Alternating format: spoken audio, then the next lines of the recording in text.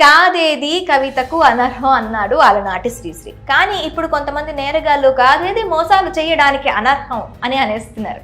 కొత్త కొత్త దారులు వెతుక్కొని మరీ మోసాలకు పాల్పడుతున్నారు. తాజాగా కొంతమంది నేరగాళ్ళు ప్రెగ్నెంట్ జాబ్ సర్వీస్ పేరిట దందా మొదలెట్టారు.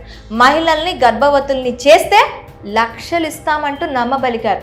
పెద్ద ఎత్తున మోసానికి పాల్పడ్డారు. ఈ సంఘటన బీహార్లో వెలుగు చూసింది.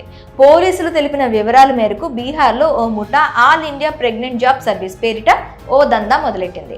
మహిళల్ని గర్భవతుల్ని చేస్తే లక్షలు ఇస్తామంటూ నమ్మబలికింది. వాట్సాప్తో పాటు ఇతర సోషల్ మీడియా ఖాతాల ద్వారా ప్రచారం మొదలుపెట్టింది. ఆసక్తి గల వ్యక్తులు 799 రూపాయలు చెల్లించి రిజిస్ట్రేషన్ చేసుకోవాలని తెలిపింది. రిజిస్ట్రేషన్ తర్వాత కొంతమంది మహిళల ఫోటోల్ని పంపుతారు.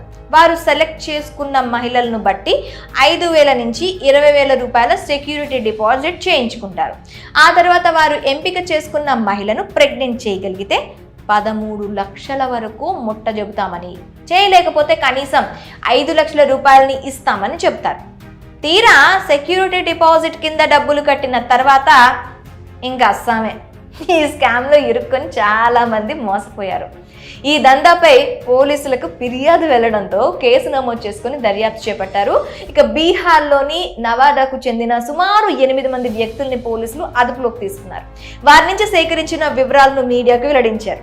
ఈ గ్యాంగ్ కు లీడర్ అయిన వ్యక్తిని అదుపులోకి తీసుకుని మిగిలిన విషయాలను సేకరిస్తామని కూడా తెలిపారు. మొన్నటి వరకు అద్దె గర్భాల దందా నడిచింది. పేద మహిళల్ని టార్గెట్ చేసుకొని ఆ దందా సాగించేవారు. ఎంతోమంది నిరుపేద మహిళలు, అమ్మాయిలు అద్దె గర్భం ఊబిలో కూరుకుపోయి అల్లాడిపోయారు. కొంతమంది తమ జీవితాలను సైతం నాశనం చేసుకున్నారు. ఇప్పుడు ఏకంగా మగవారిని టార్గెట్ చేస్తూ దందా పుట్టుకొచ్చింది. ఈ దందాలో మోసం తప్ప వాస్తవం లేదని తెలుస్తుంది. ఐవీఎఫ్ పద్ధతులు అందుబాటులో ఉన్న ఈ కాలంలో